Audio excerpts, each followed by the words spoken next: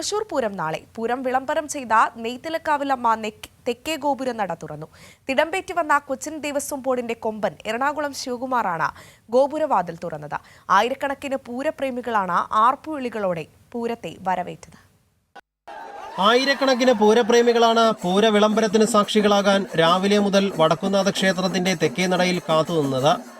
ഉച്ചയ്ക്ക് 12:15 നെയ്തലക്കാവിലമ്മയുടെ തിടമ്പേറ്റി വന്ന ഗജവീരൻ എറണാകുളം ശിവകുമാർ തെക്കേ ഗോപുരവാതിൽ തുറന്ന് പുറത്തിറങ്ങി.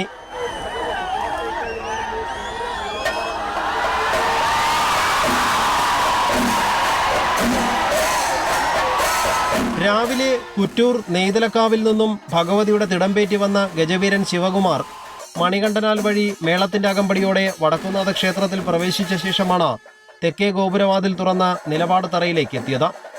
പൂരം നാളായ വെള്ളിയാഴ്ച രാവിലെ കണിമംഗലം ശാസ്താവ് ഈ തെക്കേ ഗോപുരനടയിലൂടെയാണ് വടക്കുന്നാഥ ക്ഷേത്രത്തിൽ പ്രവേശിക്കുക. ഇതിനു പിന്നാലെ മറ്റ് ഘടകപൂരങ്ങളും വടക്കുന്നാഥന്റെ മണ്ണിലേക്ക്.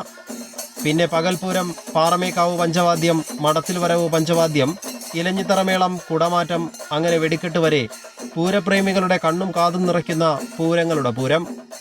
കൈരളി ന്യൂസ്, തൃശൂർ.